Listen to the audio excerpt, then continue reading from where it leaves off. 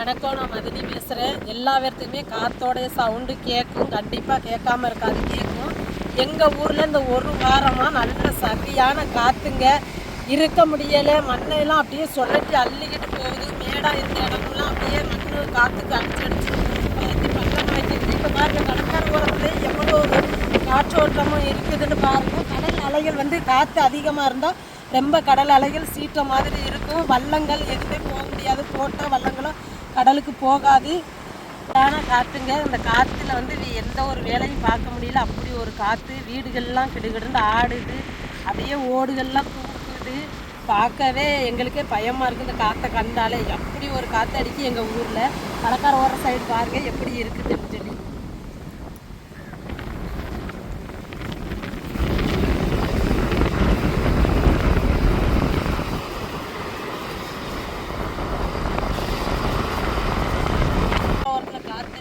நம்மளுக்கு பார்க்கும்போதே தெரியும். அங்கே பாருங்கள், அந்த கடற்கரை காற்றோரத்தில் மண்ணை எப்படி பரத்தி கொண்டு வருதுன்னு பாருங்கள். சரியான காற்றுங்க. நம்ம வீட்டு சைடெலாம் பார்ப்போம் எப்படி பள்ளமாக இருக்குதுன்னு பாருங்கள். காற்று அடிச்சடிச்சு அந்த மண்ணெல்லாம் காற்றுல கொண்டு போயிருக்குங்க. கடல் அலைகள் சவுண்டு. காற்று அதிகமாக இருந்தால் கடல் ஒரு சீற்ற மாதிரி தெரியுங்க. கடல் சீற்றம் இது பாருங்கள். போட்டுங்க வெள்ளங்க எதுவுமே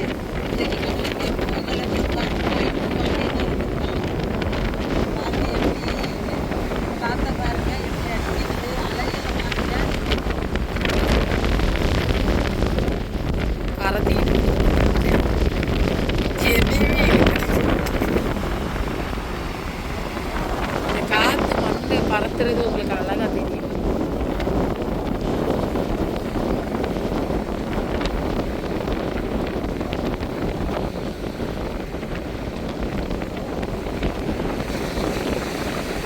போயிட்டு வலையில் கூலமாக இருந்துச்சுன்னா அந்த கூலங்களை எடுக்கிறதுக்காண்டி அப்படியே போட்டு வச்சுருவோம். அது கொஞ்சம் காஞ்சதுக்கு அப்புறம் தான் வலையை எடுப்போம்.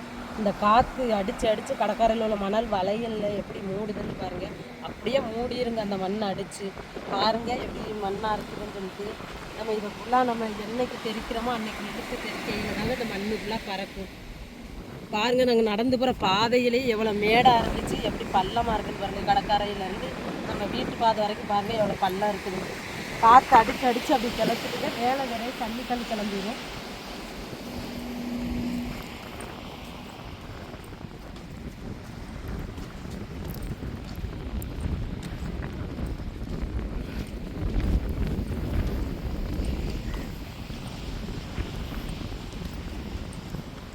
பாருங்க, இதான் நம்ம கடற்கரைக்கு போகிற பாதை. நம்ம கடற்கரை பாதையிலேருந்து வரும்போது பாருங்கள், இந்த இடம்லாம் நல்ல ஒரு மேடாக இருந்துச்சு. ஒரு வாரமாக அடித்த காற்றுல இந்த இடம் ஃபுல்லாக பள்ளம் இதுக்காக மண்ணை ஃபுல்லாக கொண்டு போய் இறச்சிருங்க.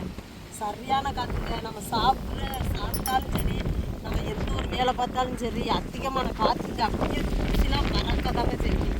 அதுலேயும் நாங்கள் நல்ல விதமாக சமைச்சு சாப்பிட்டு சந்தோஷமாக இருக்கும். சரியான காற்று உண்மையிலேயே உங்களுக்கே பார்த்தாலே தெரியும். வீடியோவில் ஃபுல்லாக காற்று எப்படி இருக்குன்னு.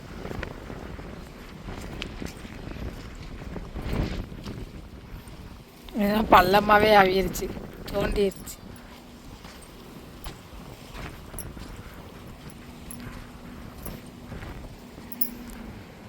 இதுதான் நம்ம வீடு.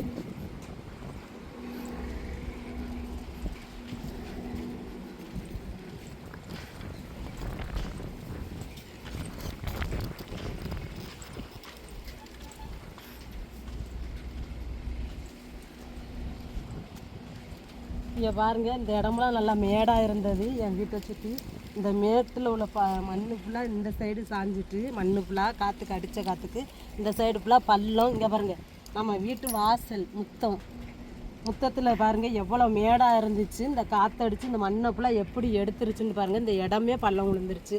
அந்த அளவுக்கு நம்ம ஊரில் சரியான காற்று.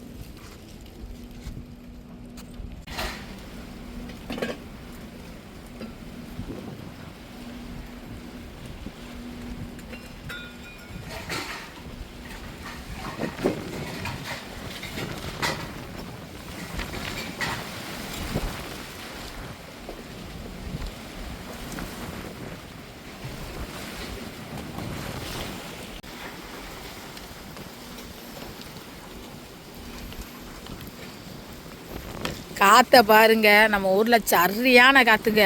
வேகம் பயங்கரமான வேகமாக காற்று அடிச்சுக்கிட்டு இருக்குது.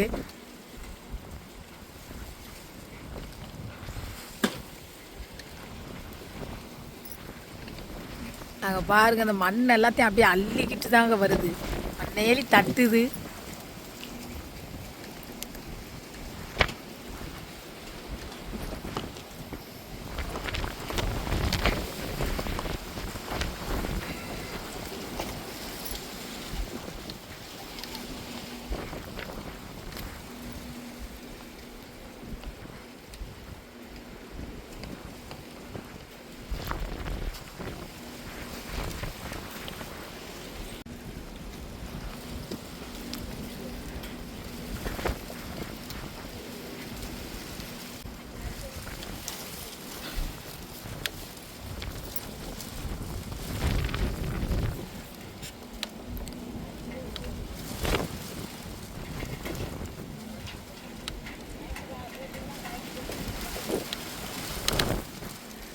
இதாங்க நண்டு வலை.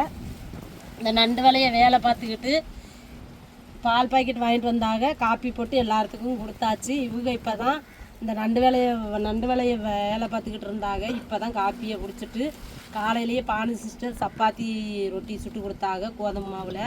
அதை சாப்பிட்டுக்கிட்டு அவங்க டீ குடிக்காக இப்போ தான் நாங்கள் எல்லாருமே காலையில் டீ குடிச்சிட்டு அப்படியே சின்ன சின்ன வேலைகளை பார்த்துட்டு இருந்தோம். எங்கள் காற்று அதிகமாக இருந்ததுனால அப்படியே வெயிலும் சரியான வெயிலுங்க.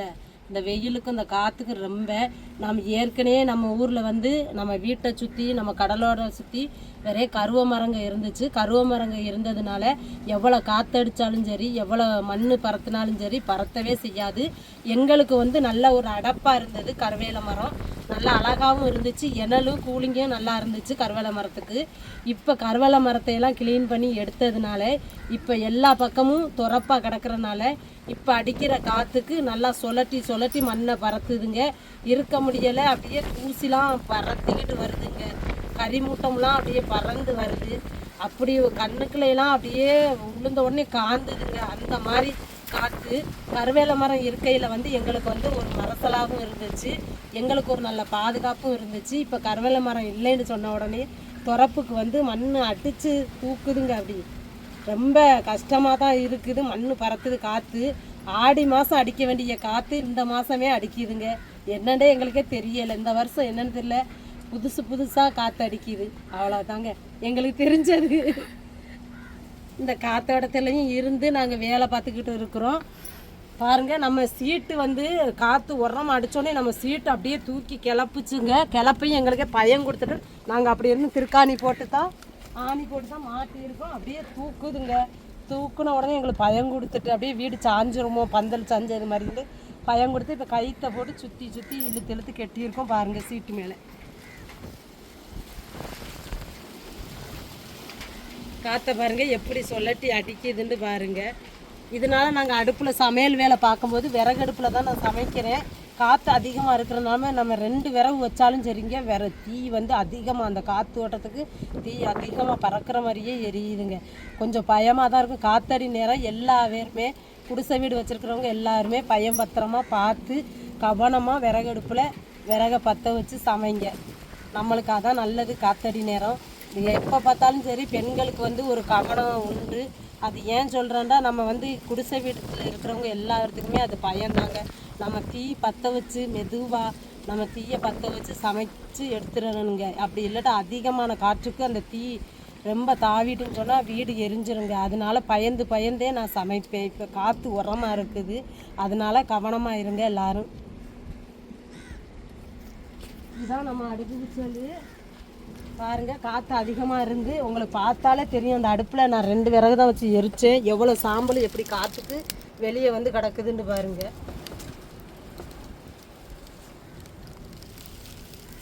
நம்ம பாத்திரத்தை எல்லாம் கழுவி நான் கவுத்தி வைக்கிறேன். ஒரு நாளைக்கு 5 ட்ரிப்பு 6 ட்ரிப்பு கழுவிடுறேங்க. கழுவி போடப்பட இப்போ பாருங்கள், இப்போ தாங்க அவ்வளோத்தையும் கழுவி வச்சுட்டு வந்தேன்.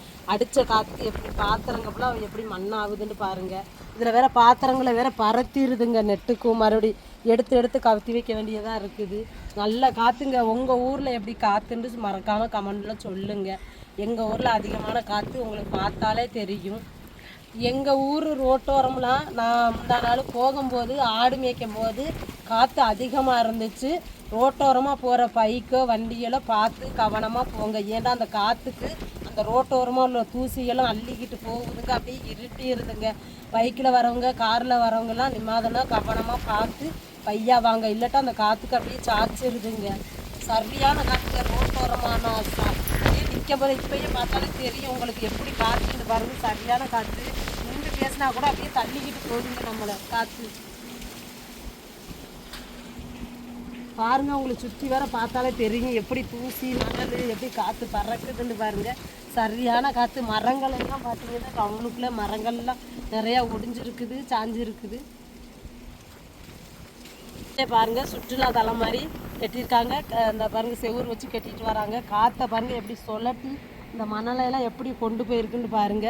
சரியான காற்றுங்க. அங்கிட்டு ஃபுல்லாக பாருங்க ரோட்டோரமாக உள்ள மரங்களை அப்படி பேயாட்டம் தான் ஆடும் இந்த காற்றுக்கு. சரியான காற்று. அந்த பாருங்க தூசியில் அப்படியே பறத்தி கொண்டு போகிறதே உங்கள் எல்லாத்துக்கும் தெரியும். கண்டிப்பாக வீடியோவை தொடர்ந்து பாருங்கள்.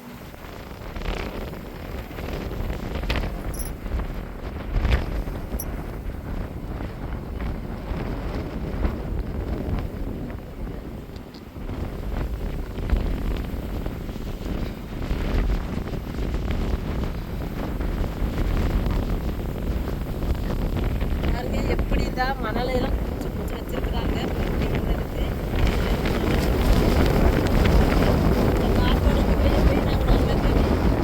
கிணத்து தண்ணிலாம் எடுத்துட்டு வரும்போது இப்படி தாங்க காற்று எங்களை பின்புறமாகவே அப்படியே இழுக்குங்க. சரியான காற்று. அந்த வண்டியை காற்றை எய்த்து தள்ள முடியாது தண்ணி வண்டியை. நாங்கள் அதனால காலை போய் காற்று அதிகமாக வர்றதுக்கு முன்னாடியே போய் சரசரண்டு தண்ணி எடுத்துருவோம். இந்த காத்தோட்டத்துக்குள்ளேயும் போனாலும் இப்படி தாங்க மண்ணி தட்டுங்க. நம்ம அங்கேருந்து தண்ணி கொண்டு வரதுக்குள்ளேயே அந்த தண்ணி ஃபுல்லாக மணலாயிரும். அந்த மாதிரி காற்று அடிக்குங்க.